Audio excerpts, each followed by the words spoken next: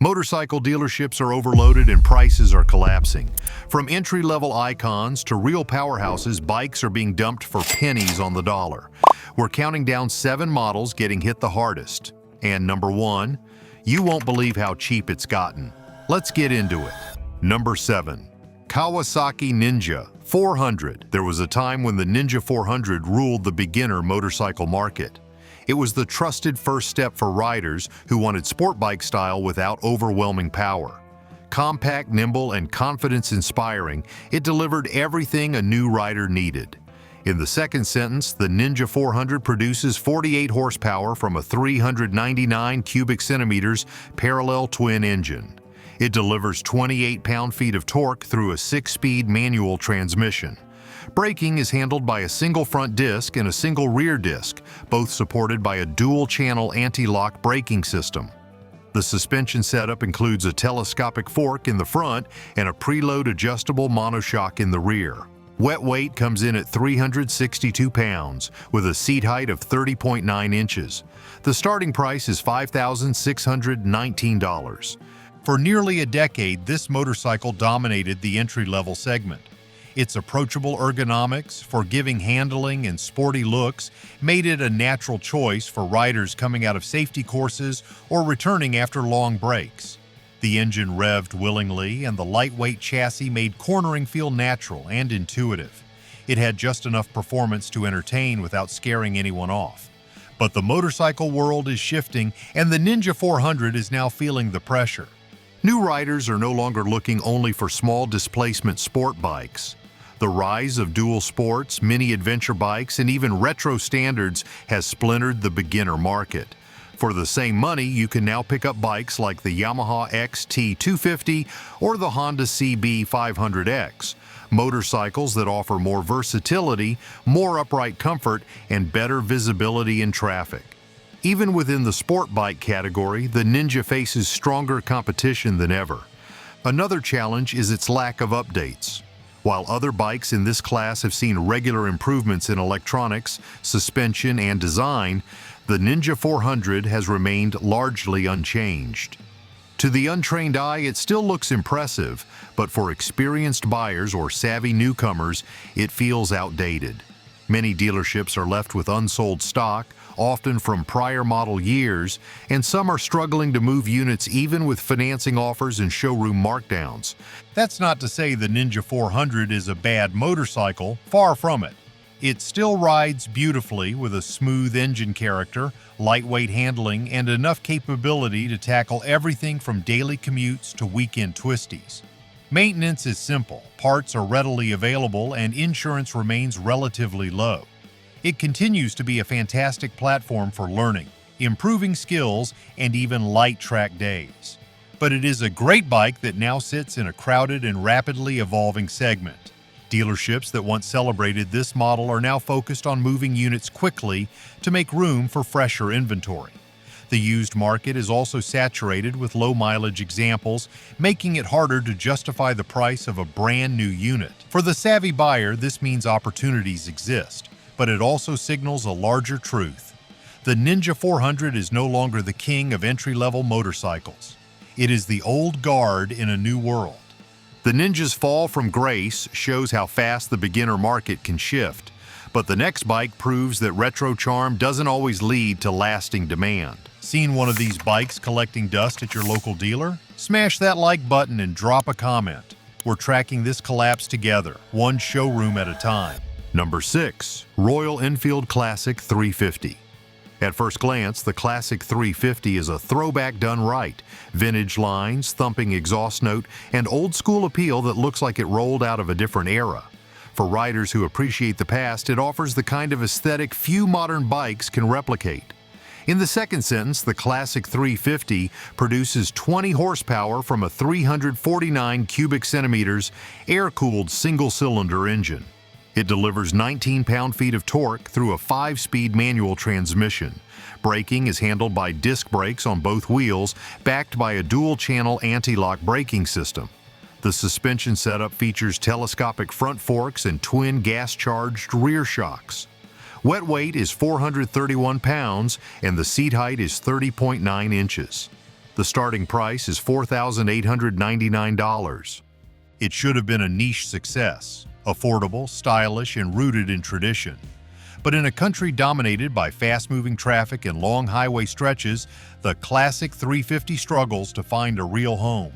Its modest power limits its utility outside of city riding, and even then, riders often find themselves wringing it out just to keep pace with everyday traffic. While it excels on slow, scenic back roads, the reality of American motorcycling demands more flexibility, and that's where the cracks begin to show. This motorcycle was designed with India's roads in mind: short bursts of travel, tight city streets, and a cultural love for retro engineering. In the US, those qualities often come off as impractical rather than charming. Riders looking for daily usability are drawn to mid-size cruisers and standards that offer more power without sacrificing comfort. And riders chasing nostalgia, they tend to buy used Harley Davidsons or classic Japanese standards that offer both heritage and highway capability. Dealerships brought the classic 350 in with high hopes. Early interest was strong. Its styling turned heads and its sound drew crowds. But test rides told a different story. Riders enjoyed the feel, but walked away when they realized the performance couldn't keep up. As newer alternatives entered the market, many with similar price tags but far more performance, enthusiasm faded. Showrooms that once celebrated its vintage vibe are now rethinking their floor plans. Royal Enfield's reputation for simplicity and reliability holds up in many respects, but the American buyer expects more than just character. With limited dealer support in rural areas and a service network still developing, the ownership experience feels uncertain to many. While the bike offers decent fuel economy, low maintenance costs, and undeniable charisma, these factors haven't been enough to convince mainstream riders. The result? A motorcycle that looks like it belongs in a magazine spread but rides like it belongs in a museum. It appeals to a narrow group, those who prioritize feel over function and charm over capability. And while there's nothing wrong with that, it doesn't translate into strong sales numbers. The market has spoken, and the classic 350 is now gathering dust more often than attention. From old-school looks to real-world letdowns, some bikes just can't keep up, especially when nostalgia runs into modern expectations. Now let's talk about a machine that had everything going for it, until it didn't. Your next ride deserves better gear. Find our must-haves in the description. Number 5. Suzuki SV650. Among motorcyclists in the know, the SV650 has always held a special place. It is the kind of machine that wins loyalty not with flash, but with feel. Riders praise its smooth power delivery, lightweight, and endlessly adaptable nature. In the second sentence, the SV650 produces 75 horsepower from a 645 cubic centimeters liquid-cooled V-twin engine. It delivers 47 pound-feet of torque through a 6-speed manual transmission. Braking is handled by dual front discs and a single rear disc with a dual-channel anti-lock braking system. Suspension consists of conventional telescopic forks in the front and a link-type rear monoshock. Wet weight comes in at 433 pounds with a seat height of 30.9 inches. The starting price is $7,149. When it was first introduced in the late 1990s, the SV650 was a revelation. Affordable, lightweight, and surprisingly sporty, it offered real-world performance that appealed to beginners and veterans alike.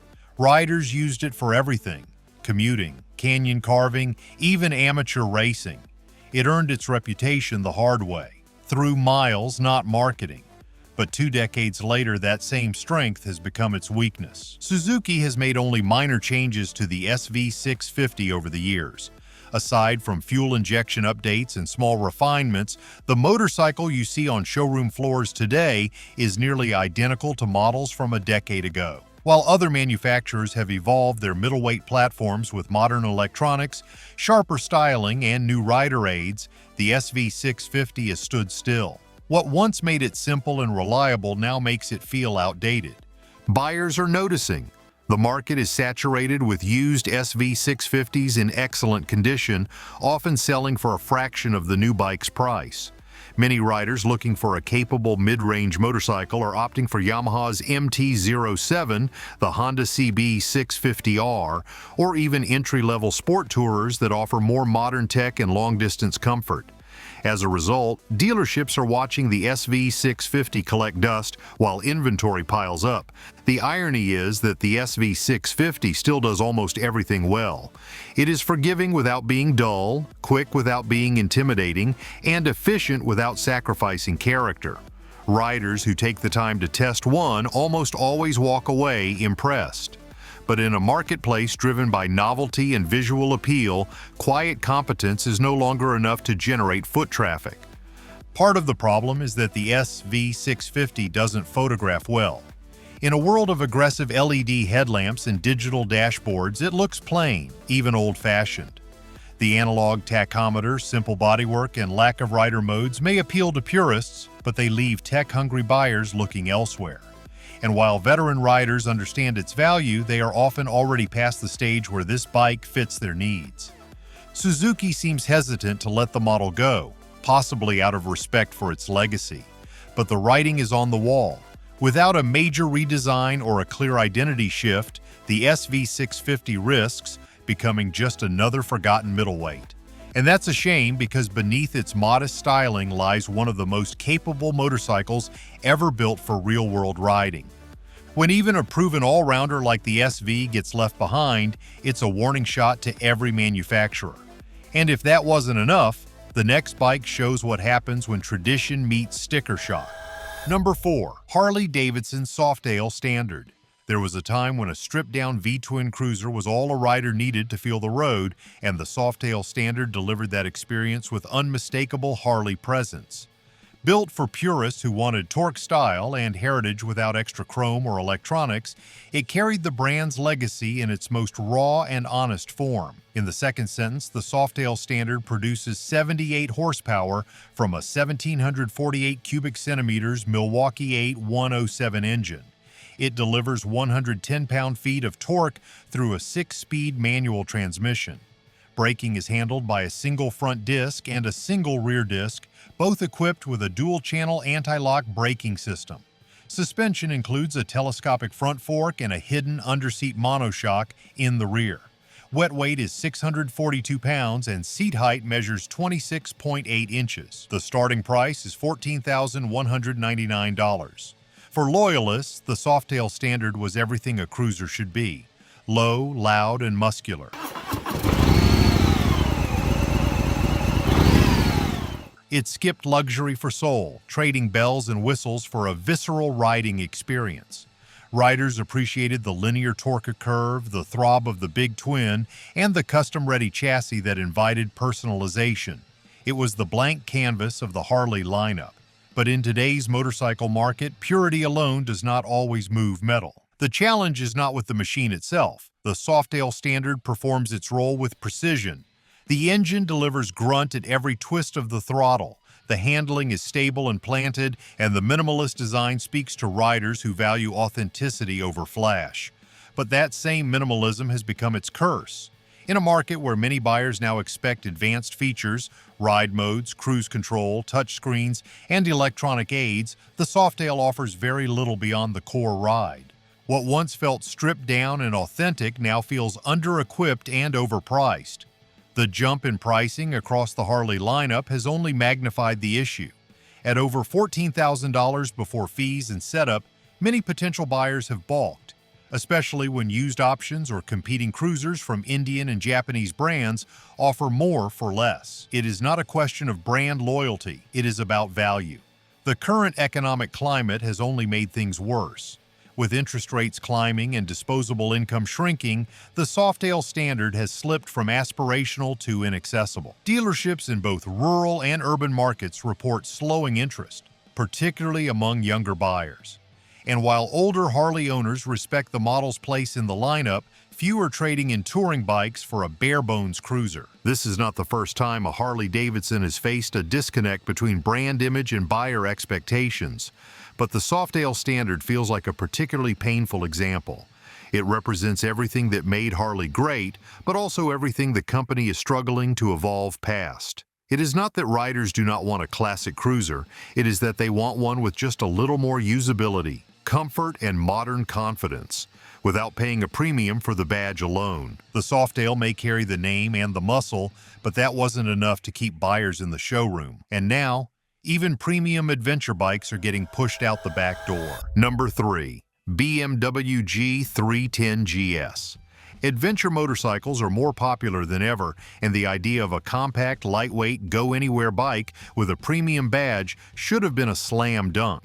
That was the role of the G310 GS, a small displacement machine built to offer BMW styling and adventure DNA at a lower price point. In the second sentence, the G310 GS produces 34 horsepower from a 313 cubic centimeters liquid-cooled single-cylinder engine. It delivers 21 pound-feet of torque through a 6-speed manual transmission. Braking is handled by a single front disc and a single rear disc, both supported by a dual-channel anti-lock braking system. Suspension includes upside-down front forks and a rear monoshock with adjustable preload. Wet weight comes in at 386 pounds and seat height measures 32.9 inches. The starting price is $5,945. The G310 GS was positioned as an entry point into the BMW Adventure lineup, a smaller, lighter sibling to the bigger GS models, like the 850 and 1250. It promised the look and feel of a full-size ADV machine in a more manageable package, targeting new riders, commuters, and those who wanted something nimble for backroad exploration. But that promise never really materialized into lasting appeal. At first glance, it ticks the right boxes. Tall stance, upright ergonomics, wide handlebars, and an adventure-style beak up front. But when riders began to spend time in the saddle, cracks started to show. The power output is modest, barely enough for confident highway use. The engine is buzzy at high revs, and passing power is limited. For off-road use, the weight is manageable, but the suspension lacks the travel and refinement of its larger siblings. It is a bike that looks ready for adventure, but often feels overwhelmed when the terrain gets serious or the roads open up.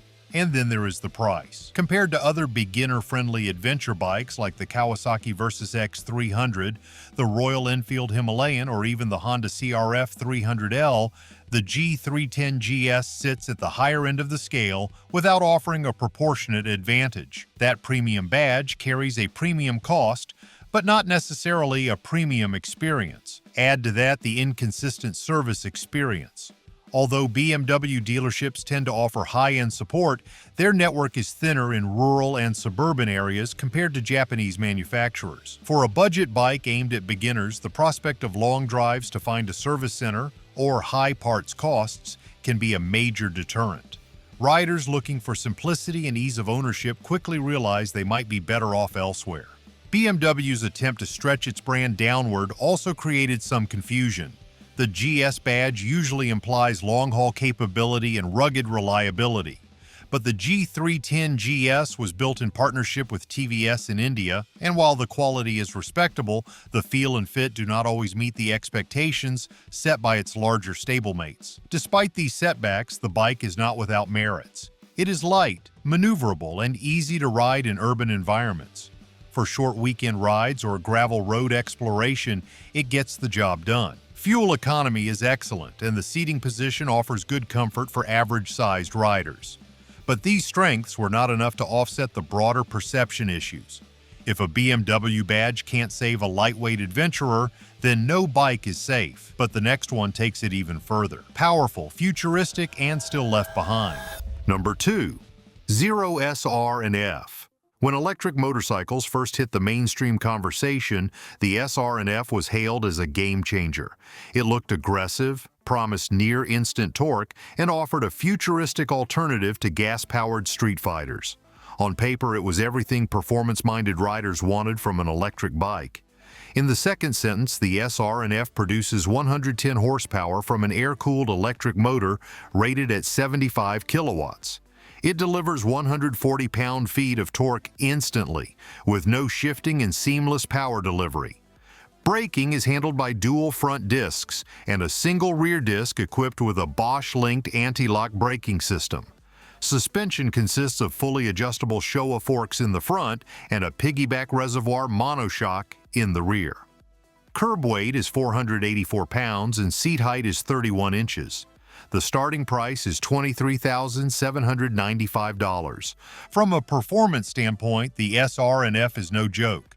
It accelerates like a missile, corners like a proper naked sport bike, and stops on a dime. The frame geometry is well balanced, the electronic suite is comprehensive, and the ride experience is remarkably refined for a manufacturer still carving its name into the industry. But for all its capability, the SR&F has struggled to win hearts and wallets. The issue was never about how it performed, it was about what it cost. At nearly $24,000 before destination fees and taxes, the bike priced itself above leader-class gas competitors with more established reputations and broader support networks. Riders who were curious about electric bikes balked when they realized they could get a top-tier Ducati, KTM, or Yamaha for less money and still fuel up anywhere in minutes. Then came the resale nightmare. Used SR and F models hit the secondhand market with shocking depreciation.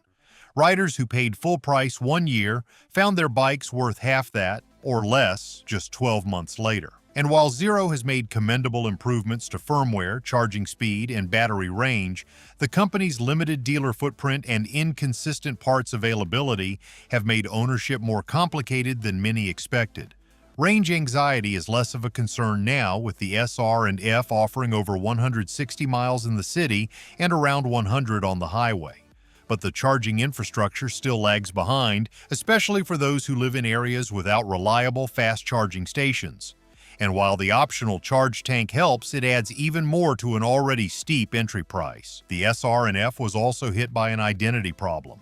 Hardcore sport bike fans saw it as too quiet and soulless. Cruiser and touring riders saw the range limitations as a deal breaker, and practical commuters saw the price tag and looked elsewhere.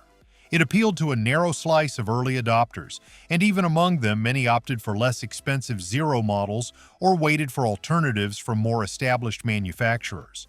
Dealers have responded by slashing prices, bundling incentives, and pushing leftover models out the door with financing plans that rival gas bikes half the price. Some showroom floors still have unsold 2022 units, and service techs trained on these bikes often sit idle due to the lack of incoming volume. The electric motorcycle revolution may still be coming, but the SR and F, for all its strengths, got caught in the middle of a market not quite ready to follow. The SR and F had all the right specs, but the market wasn't ready, and the price was unforgiving. But now we're down to number 1, a motorcycle so overstocked, dealers are nearly giving it away. Still here? You're clearly not just scrolling, you're watching with intent. Hit subscribe because the next video goes deeper into the meltdown. You won't want to miss it. Number 1. Benelli TNT 135. At first glance, the TNT 135 looks like a toy, but twist the throttle and you realize it's got more bite than expected. Designed to take on the popular mini bike category, this little street fighter punches above its weight in attitude, performance, and styling. In the second sentence, the TNT 135 produces 11.3 horsepower from a 135 cubic centimeters air-cooled single-cylinder engine. It delivers 7.4 pound-feet of torque through a 5-speed manual transmission. Braking is handled by a single front disc and a single rear disc, with a basic hydraulic system but no anti-lock braking system. Suspension includes inverted front forks and a rear monoshock. Wet weight is 267 pounds and the seat height measures 30.7 inches. The starting price is $2,999. It was built to rival the Honda Grom and the Kawasaki Z125 Pro, two bikes that created a cult following for their combination of compact size and surprising fun.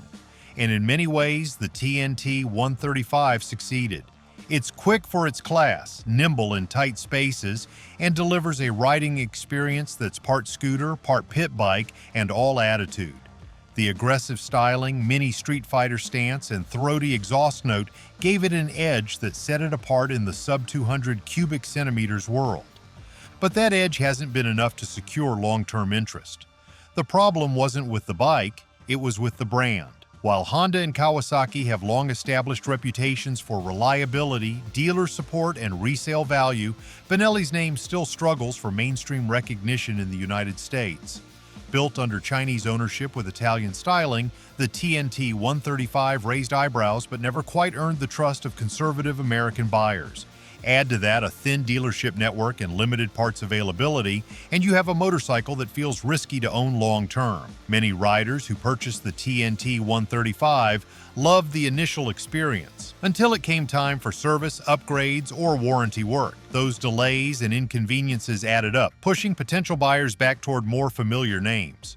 As resale values for the TNT 135 dropped, so did dealer confidence. Many shops now see them as floor plan liabilities, bikes that take up space but rarely move. Inventory built up fast, especially with newer models offering no significant improvements over earlier versions. And when floor space gets tight, price tags drop. Some dealers are now offering clearance-level pricing that slashes thousands off MSRP, making the TNT 135 one of the cheapest new motorcycles in the country. That low price is a double-edged sword. On one hand, it opens the door to a whole new group of budget-conscious buyers, beginners, and urban commuters. On the other, it cements the perception that the bike is disposable, a machine bought for fun, abused for a few seasons, and then left to fade in a garage or sold off at a loss. For serious riders or long-term ownership, that perception can be hard to shake. Some of these bikes are being dumped for pennies. But this isn't just about overstock. It's about how the entire motorcycle industry lost its way. And no brand made that mistake more painfully than Harley-Davidson. Watch next to see how their decisions triggered a full-blown rebellion. Like, comment, and subscribe, because this story's only getting louder.